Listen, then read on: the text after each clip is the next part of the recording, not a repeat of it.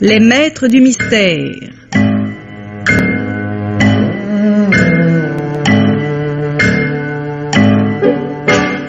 Parmi les chefs-d'œuvre de la littérature policière, Germaine Beaumont et Pierre Billard ont choisi pour vous ce soir Les pestiférés du Rosemeret, film radiophonique de Pierre Rolland et Léonce Payard, d'après le roman de Léonce Payard, avec, par ordre d'entrée en onde, Roger Carrel, Raymond Pélissier, Henri Virlogeux, Madeleine Barbulé, Henri Labussière, Maurice Chevitte, Jacques Hilling, Jacques Aveline, Yves Duchâteau et Jean Bollot.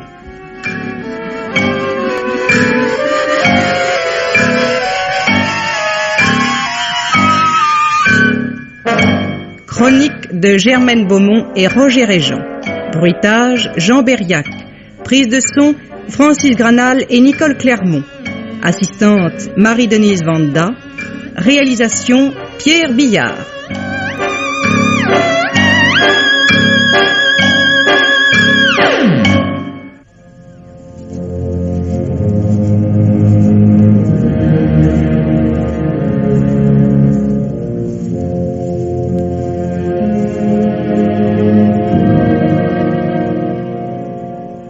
En rentrant de Londres ce matin, j'ai trouvé votre message, monsieur le directeur.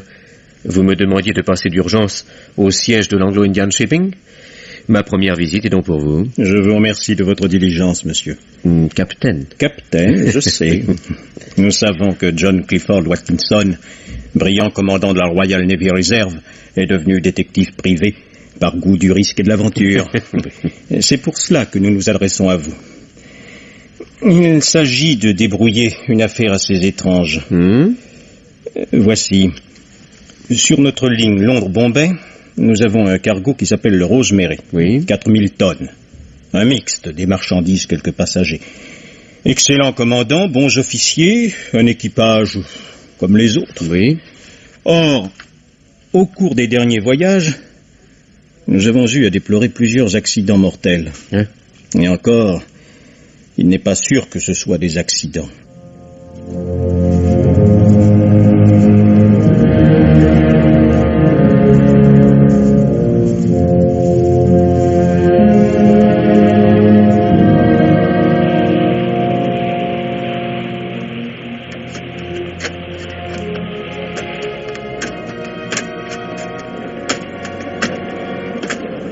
Qui êtes-vous? Qu'est-ce que vous voulez? Voir le commandant du Rosemeret. Il est absent. L'officier de quart, alors? Il n'est pas là. Pas un seul officier à bord? Tous à terre. Ah, ben, il était temps que j'arrive. Je suis John Rowling, le nouveau second. Ah, c'est vous? Oui. Ah, ben j'avais bien entendu dire que nous allions toucher un second, mais je croyais pas que vous embarqueriez comme ça au milieu de la nuit. Mon nom est Alan Bedford, monsieur. Bon, eh bien, conduis-moi à ma cabine. Alan Bedford. Bon, ben si vous voulez me suivre, c'est pas...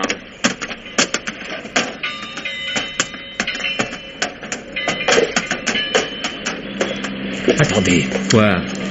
Arrêtez-vous. Qu'est-ce qu'il y a? Non, rien. J'avais cru voir quelqu'un dans l'ombre qui nous observait. Venez.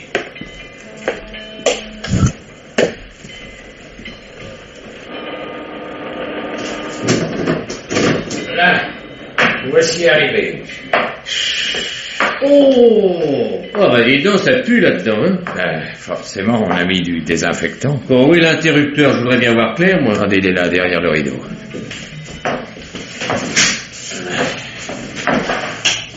Là, ça va mieux. Bon, alors, tu t'appelles Alan Bedford? Oui, Bedford comme la ville, je suis le maître coq. Oui, bah, ça je m'en serais douté.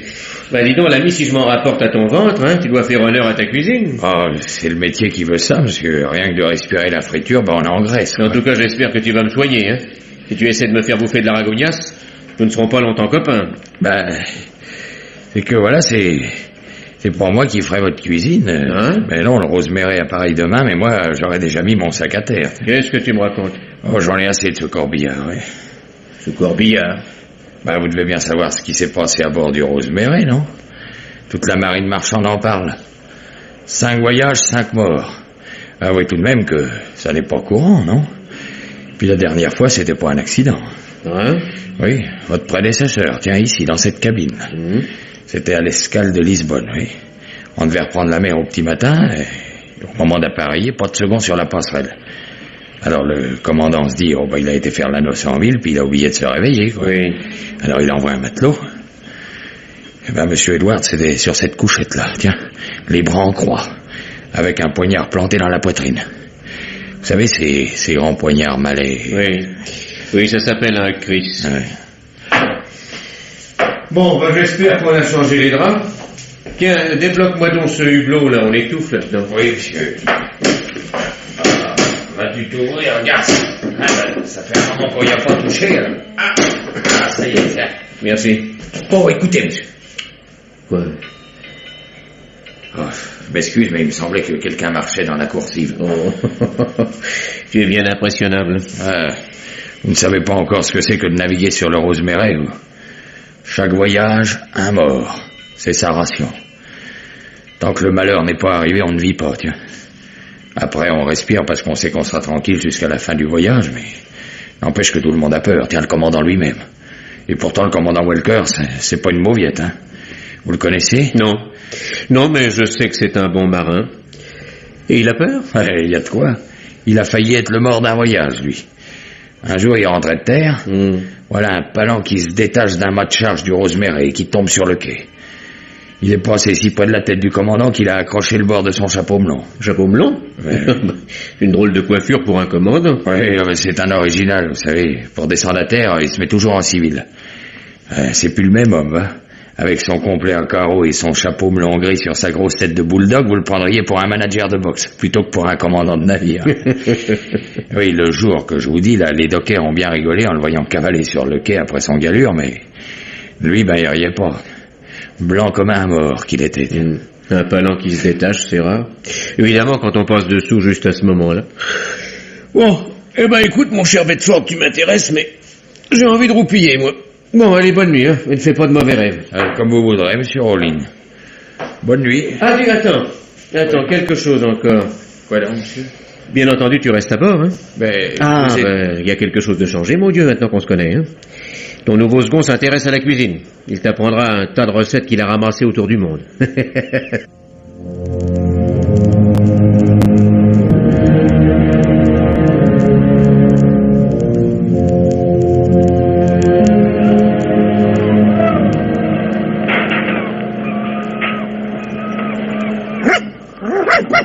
Voyons, Mickey! Veux-tu te taire, Mickey? Votre petit chien fait ses adieux à la vieille Angleterre. C'est sa première traversée, il n'est pas très rassuré. Bon, il s'y fera. Vous allez jusqu'à Bombay, Miss Longfellow? Oui, lieutenant. J'ai de la famille là-bas. Si vous me permettez, je vous servirai de guide. Oui, je vous montrerai tous les endroits intéressants où nous passerons. Et... Oh, il y a un officier là-bas qui vous fait signe. Orlando! C'est le nouveau second du Rosemary. Qu'est-ce qu'il veut? Il n'a pas l'air commode. Allez vite. Excusez-moi. Venez, Orlando, j'ai besoin de vous. Mickey, ne te sauve pas comme ça, voyons, petit démon. Lieutenant. À vos ordres, monsieur. Lieutenant, je vous félicite pour votre tenue, elle est impeccable. Vous ne seriez pas déplacé sur la passerelle d'un grand paquebot de la Cunard. Un officier doit montrer l'exemple, monsieur. Très bien, et c'est pourquoi je vous prierai d'être moins assidu auprès des passagers. Compris? Compris. Bon, maintenant allez donc jeter un coup d'œil à la cale. Il y a des poutrelles qui doivent être débarquées à Suez et on les a arrimées stupidement sous des balles de cotonnade à destination des Indes. Mais... Prenez une équipe avec vous et arrangez-moi ça. Bien, monsieur.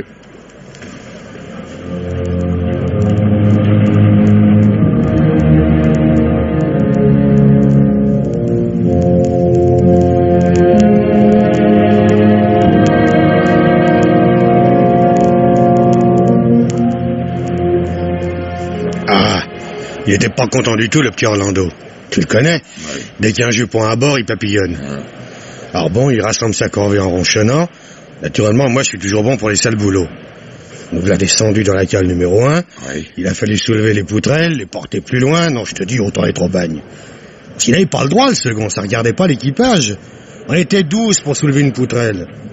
Alors, un coup de roulis, une lame par travers qu'on n'attendait pas, un gars perd pied, la poutrelle nous échappe et baf, elle tombe sur le petit Orlando qui se tenait en contrebas. Oh, ben Dieu. On a appelé les officiers, le second est arrivé tout de suite, c'est lui qui nous a fait dégager le blessé, qui lui a donné les premiers soins. Il perd pas la tête, le gars. Et amoché le lieutenant Orlando. Tu parles, les deux cuisses entaillées, il perd de son sang, affreux. Et quand la vedette est venue pour reprendre le pilote à Dungeness, on a descendu Orlando avec lui. Il emmenait pas large, tu sais. Et tu crois qu'il va mourir? Oh, il est peut-être déjà mort. Oh là là. Mais ce qui m'étonne, c'est que t'as rien entendu, toi, Bedford. Oh, ben moi, tu sais, à l'avant, dans ma cuisine, je suis comme dans une île déserte. Ouais. J'étais en train de fabriquer une bisque d'écrevisse et un coulbiac à la moscovite. Un coulbiac? Oui, un Qui c'est que coulbiac. Eh ben, c'est une recette que m'a donné le second.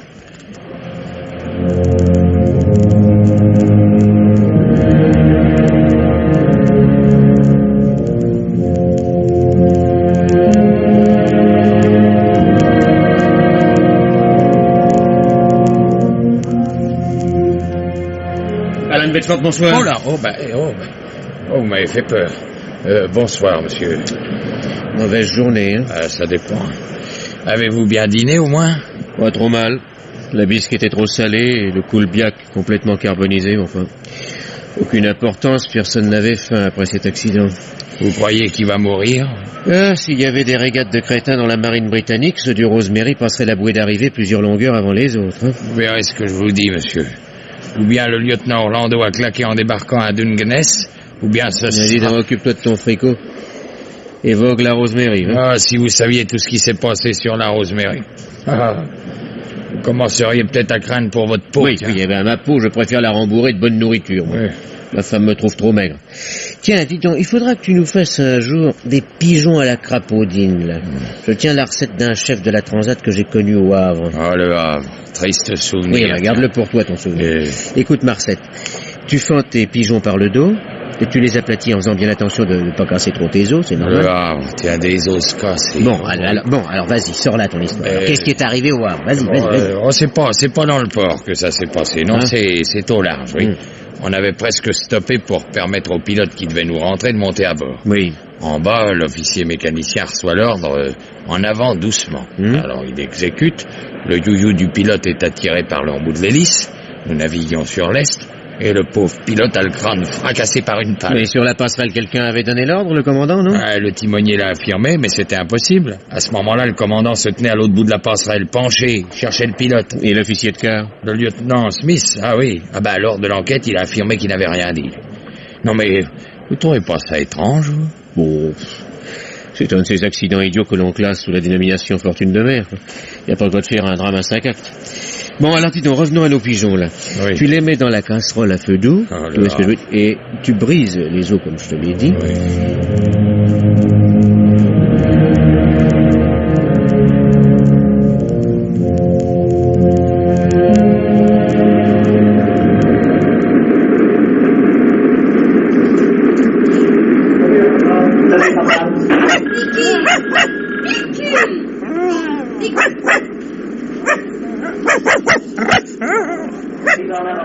Pas de message, Pauling. Pas de nouvelles d'Orlando. Vous avez demandé aux radios? Rien, commandant. Vous êtes comme les autres. Vous allez bien être fixé, hein? Non, je voudrais surtout savoir si on a réussi à sauver ce pauvre garçon. Ah, il est sûrement mort. Oh, qui sait. Les plaies étaient profondes, mais nous avons arrêté l'hémorragie à temps. Pas de fracture, alors. Des lésions internes, peut-être. Vous êtes-vous entendu avec le chef mécanicien pour la corvette demain? Oui, on fait le plein de mazout en rade de Vigo. La soute de bâbord est vidée, il faudra même compléter celle de tribord.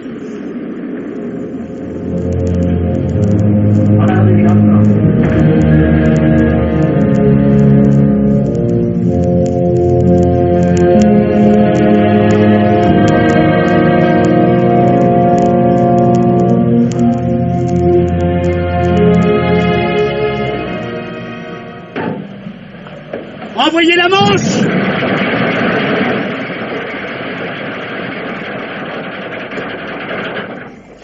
Regardez ces cochons! Ils foutent du mazout sur le pont! Ouais, c'est pas la peine de s'esquinter à le briquet.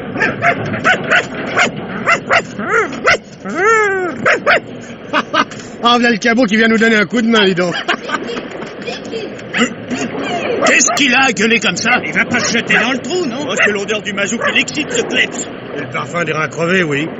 Il y en a des floppés qui baignent dans le jus. Miss Longfellow, je vous en prie, reprenez votre chien. Voyez bien qu'il fait de la manœuvre, attachez-le. C'est mignon.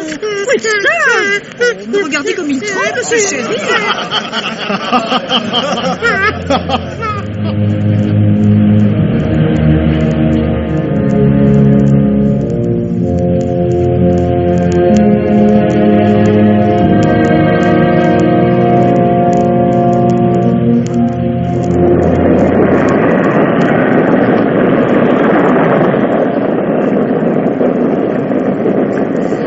Alors, quand tu as enlevé l'os du milieu, tu bats ta rouelle de veau et tu la piques de filet d'anchois. Oui, monsieur. Bon, est-ce que tu m'écoutes, Bedford? Oui, je vous écoute.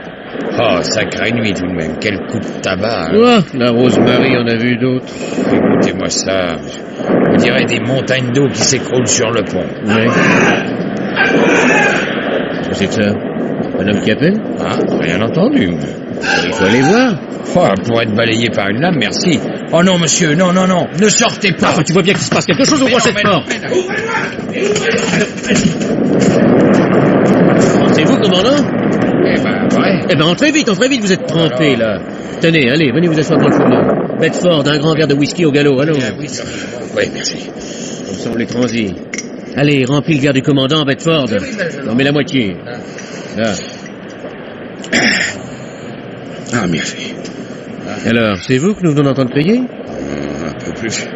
Vous preniez le deuil de votre commandant. Vous avez failli être emporté? Ben, c'est bête, hein? Eh ben, quand on connaît la mer comme vous la connaissez, vous promenez sur le gaillard d'avant par le gros ton, c'est... Oui. C'est comme ça que je suis, monsieur Rowling. Quand il y a quelque chose à bord qui cloche, je le sens dans ma peau, comme un abcès qui cherche sa place. Ce soir-là, l'idée m'était venue qu'une encre de l'avant n'était pas à poste dans son équipier. Il a fallu que je me rende compte. Je me suis penché par-dessus la lisse et la mort a essayé de m'empoigner. J'ai croché où j'ai pu, de toutes mes forces. Me voilà enfin jusqu'à la prochaine fois. Allez, Bedford, le dernier. À vos ordres, commandant. Commandant. Ouais, il faut que j'aille me changer. Mais oui, allez vous mettre au chaud dans votre lit, commandant. Il ne vous tourmentez de rien. Dans 5 minutes, je suis au poste de navigation. Du reste, c'est Smith qui est de quart et avec lui. Rien à craindre. Bonsoir. Bonne nuit, commandant. Bonne nuit, commandant. Vous avez vu, monsieur, comme il était pâle? Encore plus que le jour du palan. Il a dû se dire, cette fois, c'est moi le mort du voyage. Oui, toujours la rengaine, le mort du voyage. Oh, c'est... En tout cas, comme il était seul, personne n'aurait vu l'accident.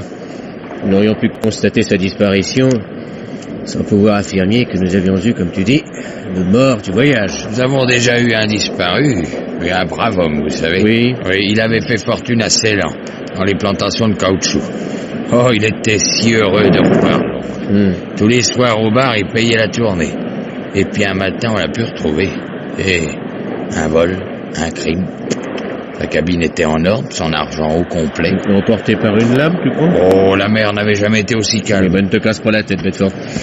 Et tâche de réussir ta rouelle. Et demain, nous relâchons à Lisbonne. Oui, je sais. À Lisbonne oui, aussi, c'est bien. C'est là que mon prédécesseur qui s'appelait Edwards a été retrouvé sur son lit, qui est à présent le mien et cloué comme un papillon. Je sais. J'ai de la mémoire, mon vieux. Mais oui.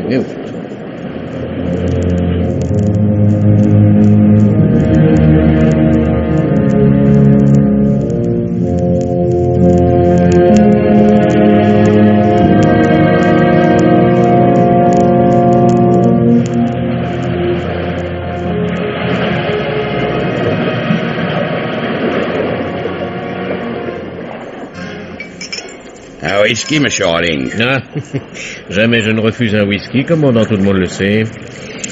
À votre santé. Et à la vôtre, commandant. Pas trop fatigué après votre ribouledingue dans les boîtes de Lisbonne? Frais comme une rose par une matinée de printemps. Vous étiez dans un bel état ce matin. Quand je vous ai vu arriver, je vous aurais tué. Ah, ben, j'avoue qu'il y avait pas mal de vent dans la voilure. Oui. Excusez-moi. Je me disais, avoir un ivrogne comme second, il ne manquait plus que ça. J'étais furieux et inquiet, très inquiet. Parce que vous pensiez qu'il existait à Lisbonne un bandit malais spécialisé dans le poignardage des seconds du Rosemary. Non, avouez, commandant, qu'il était plus prudent de ma part de ne rentrer qu'à la dernière minute, non? Vous savez comment Edwards est mort? C'était un drôle de type qui avait longtemps bourlingué sur les mers de Chine. Trafic d'opium et d'armes. Je n'ai jamais demandé de détails. Je suis toujours discret. Ainsi vous. Moi aussi, commandant? Je veux dire qu'avec vous, je suis aussi discret que je l'ai été avec Edwards. Vous m'avez raconté un jour que vous aviez navigué sur des cargos panaméens. J'aime pas ça. Je n'avais jamais entendu prononcer votre nom et pourtant la marine marchande britannique est une grande famille. Oh, rassurez-vous, je n'insisterai pas.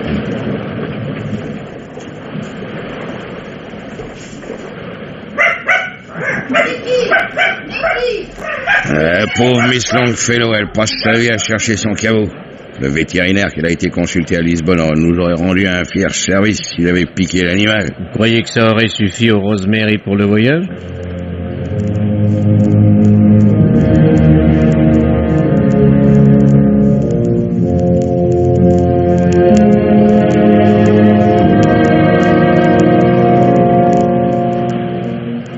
Tout le monde courait.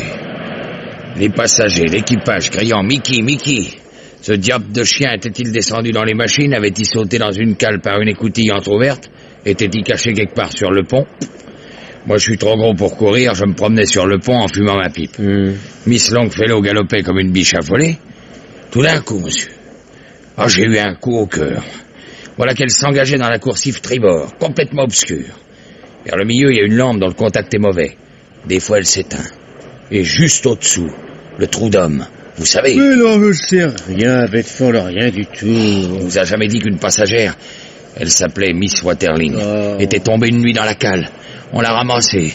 Quelques heures plus tard, morte. Fracture du crâne, colonne vertébrale brisée. Eh ben, la demoiselle au chien n'est pas tombée, j'espère. Ah ben, heureusement, ce soir, le panneau était bien fermé. À bord de cette baille, les panneaux s'ouvrent et se referment tout seuls comme des coquilles d'huîtres. Ah, inexplicable, ça encore, tiens. Le second, Edwards, avait fait son inspection pas très longtemps avant. Edwards. Oh, vous avez entendu, monsieur? Oui. On dirait quelqu'un qui pleure. Ah, il faut aller voir. Tu as une lampe? Oui, tenez, voilà, monsieur Rowling. Allez, viens. Oh.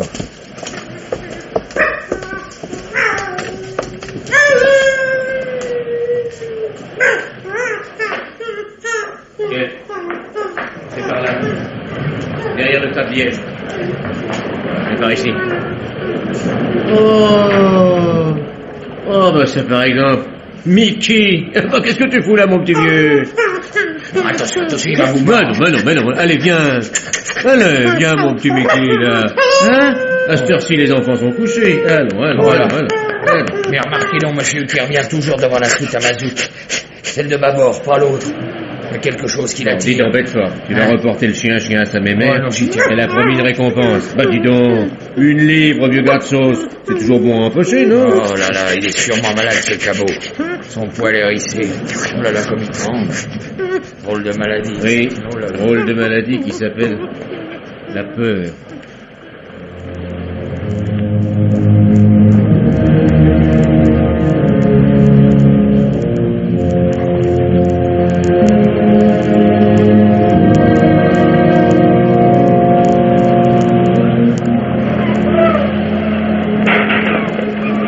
Belle matinée, Miss Longfellow. La Rosemary ne fait presque jamais escale à Malte. Occasion rare de visiter la Valette. Tous les passagers sont déjà descendus. Le commandant a endossé son beau complet à carreaux, s'est coiffé de son blanc gris et en route.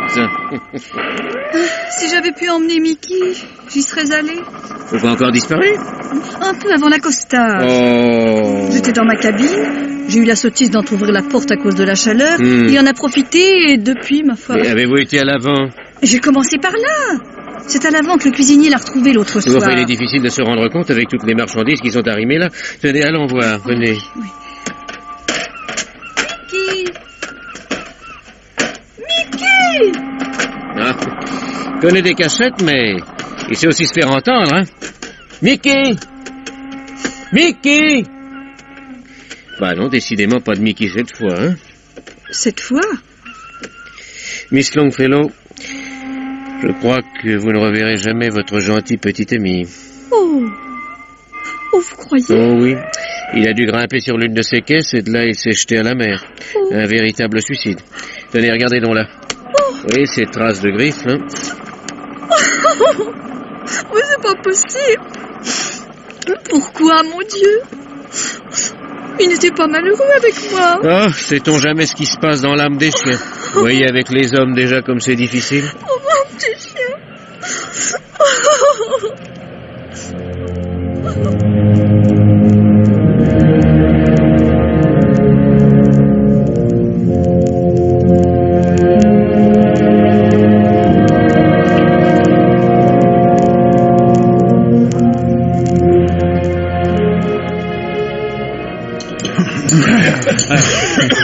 Oh, bon Dieu qu'il fait chaud. Ah, ce qu'on peut manger mal. Ce steak, c'est de la semelle de botte. Ah, c'est très juste, ça, Smith. Stewart, Va donc me chercher le dénommé Bedford. Bien, monsieur. Ah, ben, si j'avais su, j'aurais apporté ma scie à métaux. Ah, voilà le coupable. Vous m'avez fait demander, monsieur? Oui, approche un peu ici, Bedford. Oui, monsieur. Dis donc, il paraît que tu découpes le linoléum dans les coursives. Le linoléum? Oui, Ouais. pour nous faire des beefsteaks. Oui, je comprends. Non, la viande est trop fraîche, monsieur. Je l'ai acheté dans la meilleure boucherie de la Valette. Dis donc, qu'est-ce que c'est que ce pansement autour de ta main, là? Ah, mon couteau qui a glissé, monsieur, oui. Sur le lino? Oh, monsieur, allons, voyons. Fais donc voir. Et fais-moi un peu cet emballage, là. Ah non, monsieur. Coupure ou morsure? Laissez-moi tranquille, là.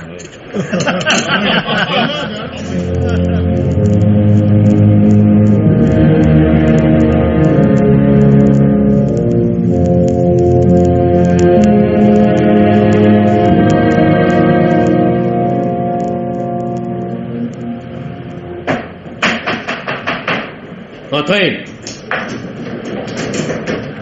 Ah, c'est toi, Bedford. Entre. Eh ben, dis donc, t'en fais une tête. C'est ta morsure qui te chatouille? Enfin, à la fin, monsieur, pourquoi voulez-vous que ça soit une morsure? J'ai jamais été mordu. Même par un chien? Jamais. Un tout petit chien? Jamais. Alors, sans témoin, veux-tu me montrer ta blessure, là? Non. Non et non. Oh, mais tu es têtu comme une mule, hein? Enfin, vous comprenez non pas, monsieur. Quoi? Quand on s'appelle Alan Bedford, on a honte de s'ouvrir la main avec son couteau aussi bêtement qu'un débutant. Bon, je te dis, quelqu'un écoute derrière la porte. Encore tes idées, hein? Oui, mais attends.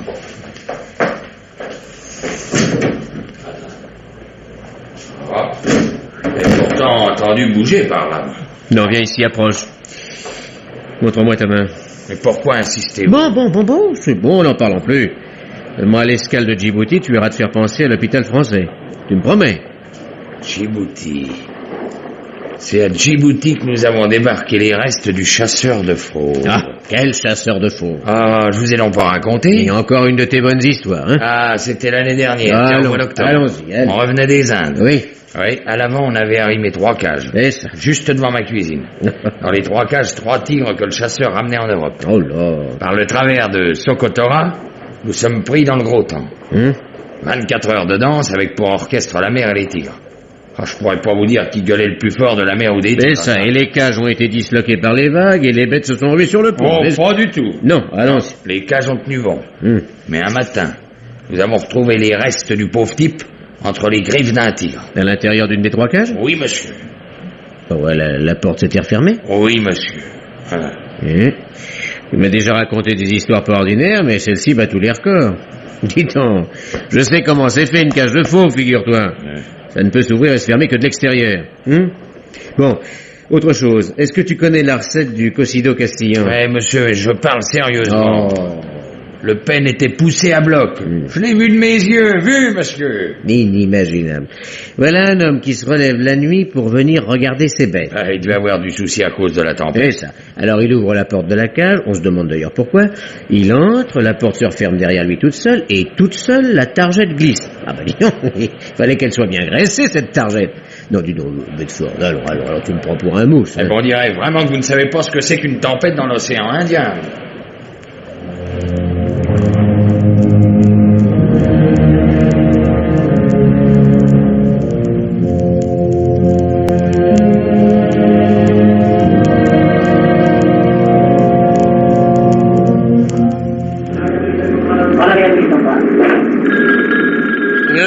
L'océan Indien n'est pas toujours en colère, Smith. Aujourd'hui, il roupille. On n'a pas l'impression de changer de place. La mer est lourde comme de l'étain fondu. C'est moins chaud qu'hier, heureusement. Ah, voilà le commandant. Il y a quelque chose qui ne va pas. Monsieur Roney, Bonjour, commandant. vous permettez de donner des ordres sur ce navire sans m'en référer? T'es le commandant du Rosemary, vous ou moi? Je ne peux pas vous déranger chaque fois qu'il s'agit d'une simple corvée d'entretien. Une simple corvée d'entretien, le nettoyage d'un réservoir à mazout.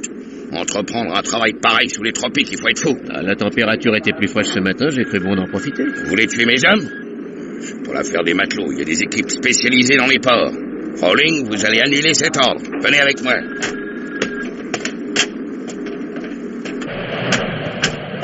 Impossible de descendre, commandant. Il faudrait des masques à gaz. Bien sûr, refermez-moi ce panneau. Ah, effectivement, ça ne sent pas la rose. Il peut y avoir là-dedans un régiment de rats crevés. Enfin, on peut descendre. Voyons, monsieur, ce n'est pas raisonnable. Vous savez bien que tant que la soute n'a pas été passée à la vapeur et ventilée, on risque l'asphyxie. Non, enfin, on peut descendre et je vous le prouve. Monsieur, D'ailleurs, tenez. monsieur, ne faites pas cela. Oh, toi, je t'en prie, retourne à tes fourneaux, empoisonneur public. Oh.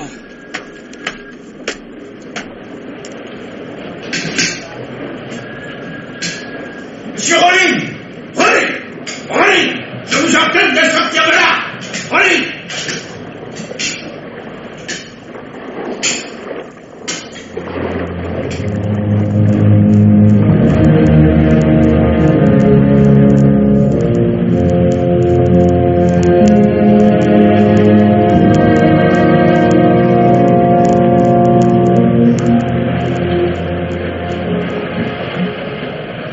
Encore un fameux accident. Oh là là. Oh, qu'est-ce que j'apprends?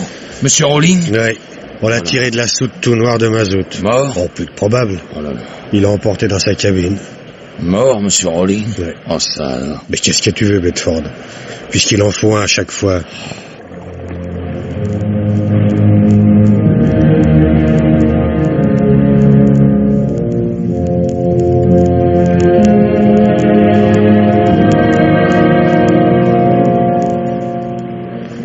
Il respire, commandant.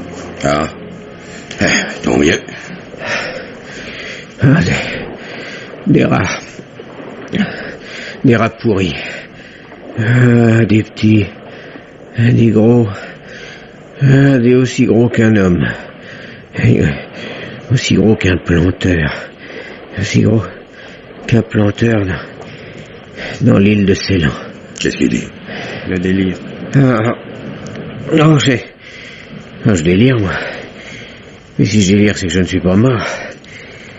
Vous voyez, comme c'est ridicule, à un moment, j'ai cru que vous refermiez le panneau sur moi, alors je me suis imaginé que j'étais mort. Vous pouvez vous vanter de nous avoir donné des émotions. Le mal qu'on a eu à vous tirer de là. Oh, bah tout de même, c'est chic de ne pas avoir refermé le panneau. Enfin, monsieur Rolling, on ne vous aurait pas laissé là-dedans. Oh, ce sont des choses qui arrivent, vous savez. Allons, comment vous sentez-vous? Ah, je me sens mieux. J'ai agi comme un imbécile, commandant, excusez-moi. Non, parlons plus. Oh, la grosse chaleur, cette odeur de pétrole, les rats... En tout cas, ça m'apprendra à faire le malin. Ah, une de ces soifs. Bah, vous allez boire du lait, beaucoup de lait. C'est ce qu'on donne aux ouvriers dans les raffineries. Tenez, avalez ça. Merci. Vous m'avez fait rudement peur. Hein. La Rosemary n'a pas de chance depuis quelque temps. Des blessés, des morts. Un disparu. Oui, aussi. Bon, il faut que je retourne sur la passerelle. Oubliez tout ça, Rolling, et ne pensez qu'à vous reposer. Surtout que je ne vous revois pas sur le pont avant Bombay. Pas avant Bombay, vous m'entendez? Oui, oui. Et cette fois, vous m'obéirez.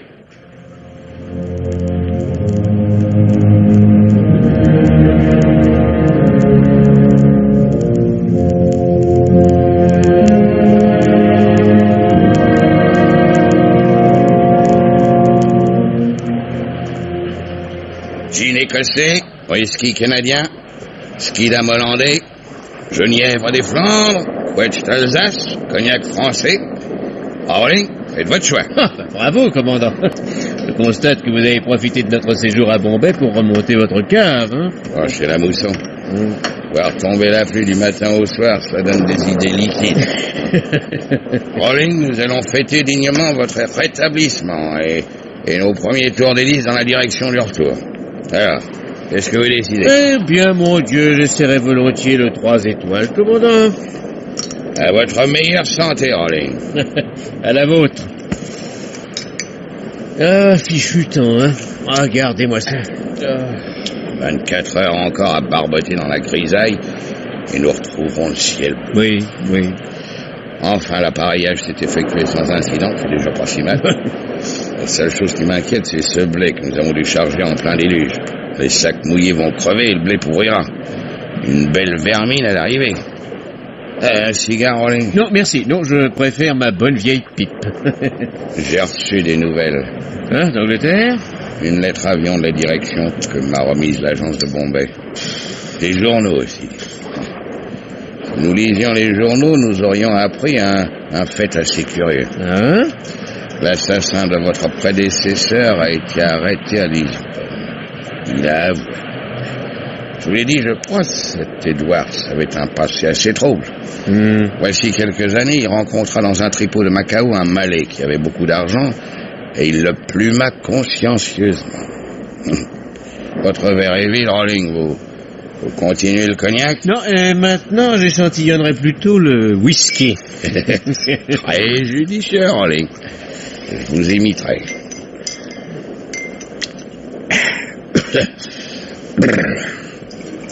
Les Malais sont rancuniers et les longs voyages ne leur font pas peur. Le nôtre vint échouer à Lisbonne. Une nuit dans un bar, il reconnaît son ennemi. Le file jusqu'au Rosemary, attend qu'il soit endormi, se glisse à bord, le long d'une amarre, et une fois dans la cabine, d'un seul coup de son Christ, règle son vieux con. Mais comment est-on parvenu à lui mettre la main au collet? Il y a des chanteuses de fado qui sont bavardes. Mais, oui, du classique en somme. Je pense qu'il y a d'extraordinaire là-dedans. Attendez. Savez-vous quand a eu lieu cette arrestation? Comment le saurais-je? La nuit même de notre dernière escale à Lisbonne. Non. La nuit où vous vous êtes offert cette bamboche sensationnelle. Il y a de ces coïncidences. Il paraît qu'un fin limier était venu spécialement de Londres pour diriger l'opération. Alors un petit bravo pour ces messieurs de Scotland Yard. Le moment me semble tout indiqué pour reboire de ce scotch. Non, mais dites pas trop. Là. Dites-moi, commandant, dans la lettre que vous avez reçue de la direction, vous devez bien être question du lieutenant Orlando que nous avons laissé si mal en point à l'embouchure de la Tamise. Il en est question. Alors? Ça va. Il est en convalescence. À sa santé.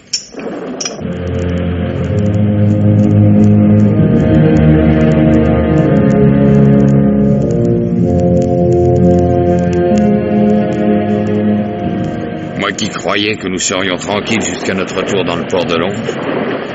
Ah, si Orlando est toujours de ce monde, la mort va encore rôder autour de nous.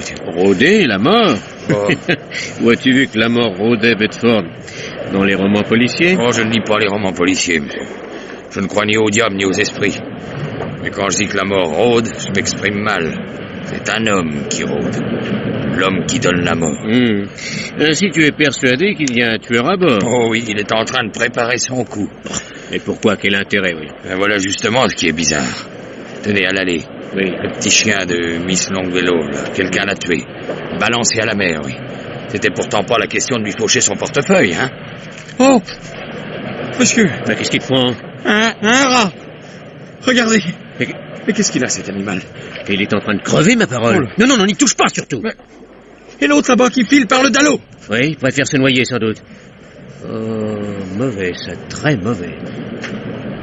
Oh, mais monsieur, mais c'est effrayant, tous ces rats. Tous ces rats, là.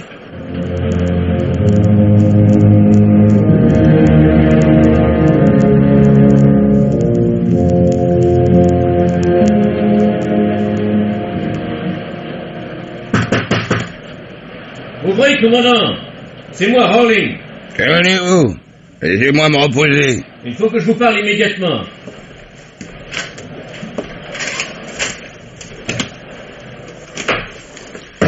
Vous venez pour boire un coup? Non. Je remonte des machines. Un chauffeur indien est mort. Bon, pour vous. Un accident? Une maladie. C'était fatal. Nous n'avions encore perdu personne. Fatal, donc naturel. C'est ce que vous voulez dire. Vous êtes étonnant, Rawling. Vous niez l'évidence. La Rosemary est une sorte de monstre qui exige sa victime à chaque voyage. Tout l'équipage le sait. Il faut croire que le monstre devient gourmand. Un autre homme est atteint. Atteint? Mais atteint de quoi, Rawling? De la peste, commandant. De la peste? Mais c'est pas vrai. C'est pas possible. Je viens de faire hisser le pavillon jaune. Vous avez... Le pavillon jaune sans ma permission? Non mais... Mais dites donc, vous n'êtes pas bien, vous non plus? Une courbature terrible par tout le dos. Et tout le corps. La grippe, sans doute. Les ganglions de laine enflammés, douloureux? À quoi voyez-vous ça? Votre façon de marcher?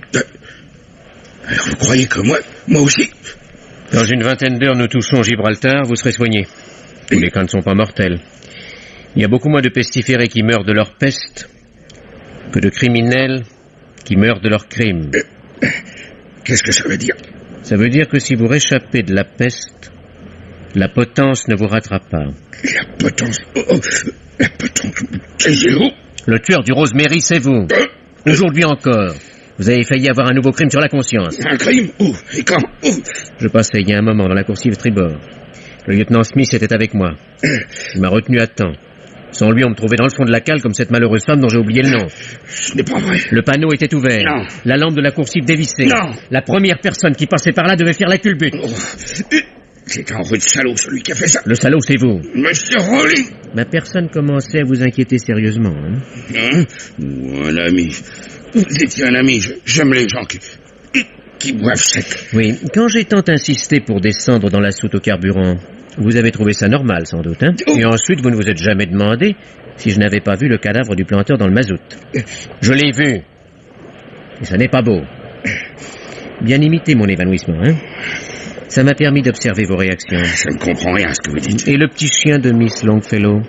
Il avait pris la mauvaise habitude de venir hurler devant le panneau de la soute bâbord. Alors vous l'avez flanqué à l'eau dans le port de la Valette. Persécuter ainsi un pauvre malade. Mais qui êtes-vous donc, Rawlings? Qui je suis? John Clifford Watkinson, ex-commandant de la Royal Navy Reserve, présentement détective privé spécialisé dans les affaires maritimes. Mon cabinet se trouve à Londres, dans Baker Street. L'Anglo-Indian Shipping m'a chargé de mener cette enquête à la suite des accidents inexplicables survenus à bord du Rosemary. Mon enquête est terminée. Tous les accidents étaient des crimes et vous en êtes l'auteur. Le planteur que vous avez poussé dans la soute à mazout, la jeune femme tombée dans la cale dont vous aviez ouvert le panneau, le chasseur de fauves que vous avez enfermé dans la cage une nuit par gros temps. Tous sont vos victimes. Il n'y a qu'Edwards. Un autre s'en était chargé. Et c'est moi qui ai arrêté l'assassin pendant la nuit que nous avons passée à Lisbonne. Vraiment, vous n'êtes pas très perspicace. De quoi te mêles-tu? Je vais te... Eh ben, à la bonne heure. Eh ben, voilà les 4 fers en l'air. Belle position pour un innocent. Allez, relevez-vous. Allons-y. Voilà. Allez. Allongez-vous sur votre couchette et ne bougez plus. Mais bon Dieu, pourquoi avez-vous fait ça? Pourquoi j'ai fait? Mais pourquoi tous ces crimes? Un marin, vous, allons. Un marin, oui, monsieur. Le commandant, le mieux noté de l'Anglo Indian Shipping. On peut me confier un navire. Jamais d'avarie. Jamais d'abordage. Bon, c'est pas moi qui caresse le quai au moment de l'accostage. Un marin. Un vrai marin. Ah, monsieur, vous ne savez pas ce que c'est que d'aimer un bateau. Celui-ci, je l'ai pris au chantier de la Clyde. On venait de le lancer. C'est moi qui l'ai mis au point fignolé. Tout allait bien. Un bateau sans histoire. Heureux. Et puis un jour, crac, le pilote du Havre qui passe sous l'hélice. C'est vous qui aviez commandé d'avancer? Non. Non, ce n'est pas moi, je vous le jure. La Rosemary s'est mise en marche seule. Vous êtes fou. Je ne suis pas fou. La Rosemary veut ses morts. Et c'est vous qui les fournissez? C'est moi. Il faut que j'essaie de vous expliquer. C'est pas facile. Quand je vous dis que j'aime mon bateau, ne confondez pas. J'aime mon bateau comme un être vivant aime sa propre chair et son propre sang. La Rosemary et moi, nous ne faisons qu'un. Vous comprenez? Oui. Oui, je comprends très bien. La Rosemary est un grand corps dont je suis le cerveau. Un grand corps qui a son vice. Comprenez-vous à présent? Tout cela me semble parfaitement clair. Vous vouliez savoir, vous savez? Tout ce que je vous dis n'a plus aucune importance puisque je vais crever. Alors, Rawlings, laissez-moi crever en paix. Donnez-moi à boire. Du whisky. Beaucoup de whisky. Et sans eau. Tenez. Voilà. Mais soyez tranquille, vous n'aurez pas le temps d'épuiser vos réserves.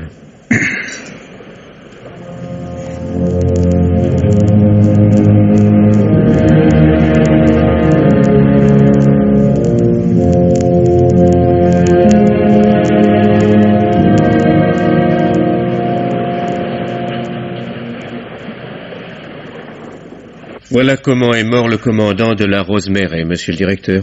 Quand je vous aurais dit que nous sommes restés 40 jours au lazaret de Gibraltar et qu'il n'y a pas eu de nouveau cas de peste, je vous aurais tout raconté. Du reste, vous lirez tout cela dans mon rapport. Capitaine John Clifford Watkinson, sincèrement, vous estimez que le commandant du Rosemary était fou?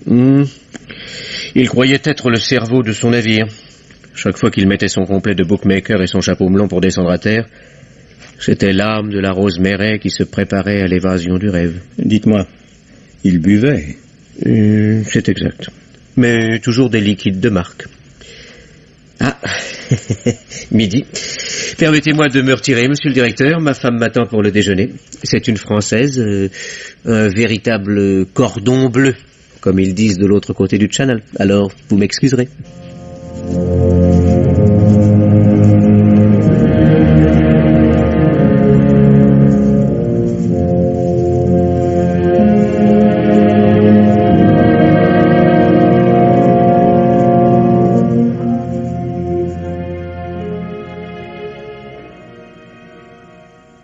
Et maintenant, Germaine Beaumont vous parle du dernier livre qu'elle a lu pour vous.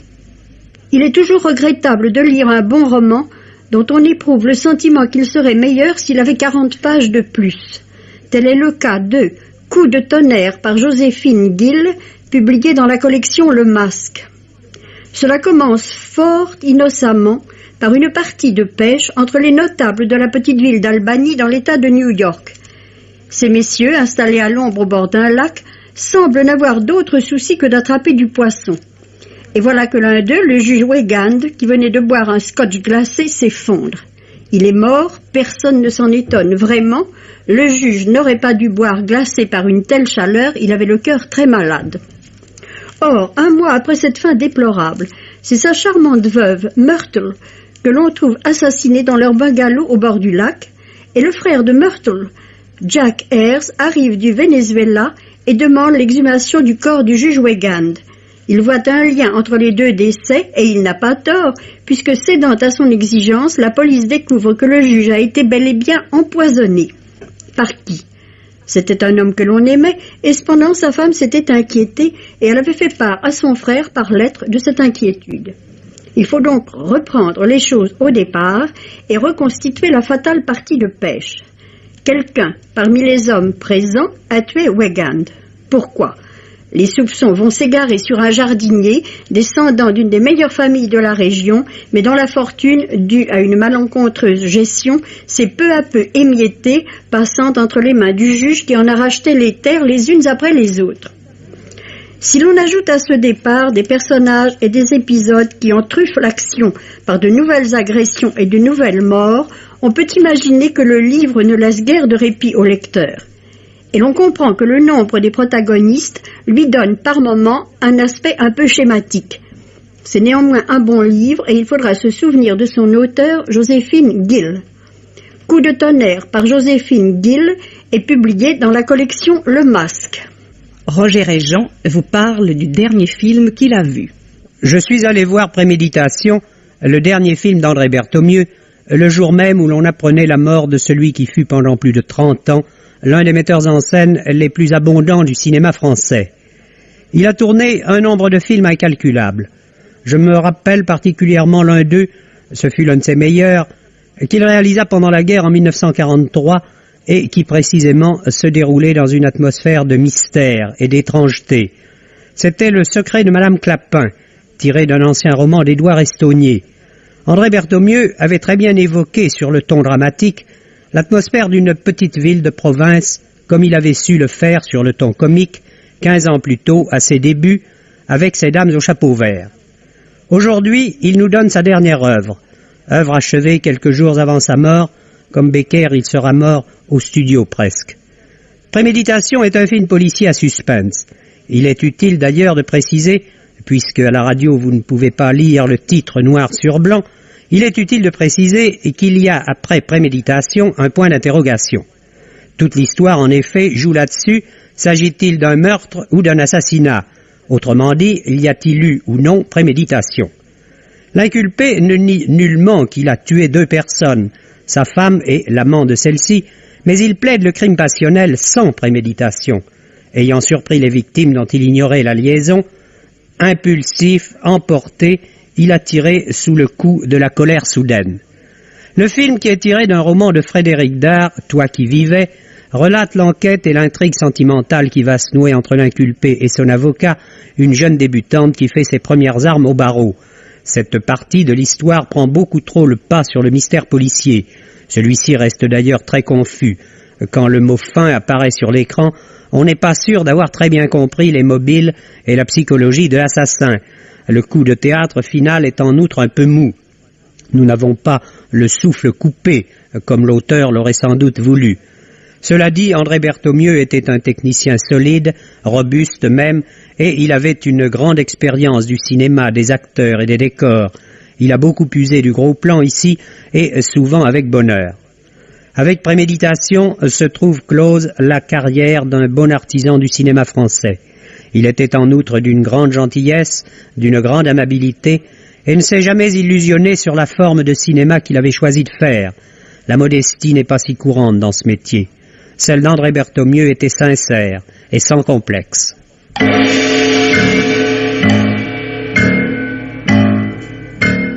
Les maîtres du mystère.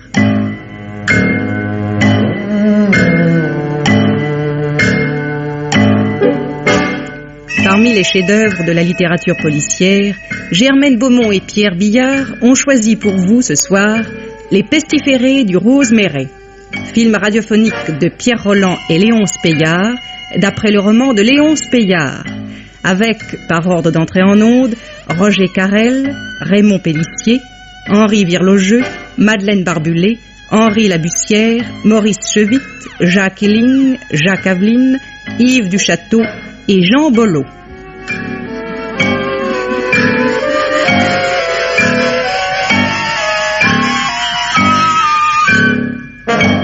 Chronique de Germaine Beaumont et Roger Régent. Bruitage, Jean Berriac. Prise de son, Francis Granal et Nicole Clermont. Assistante, Marie-Denise Vanda. Réalisation, Pierre Billard.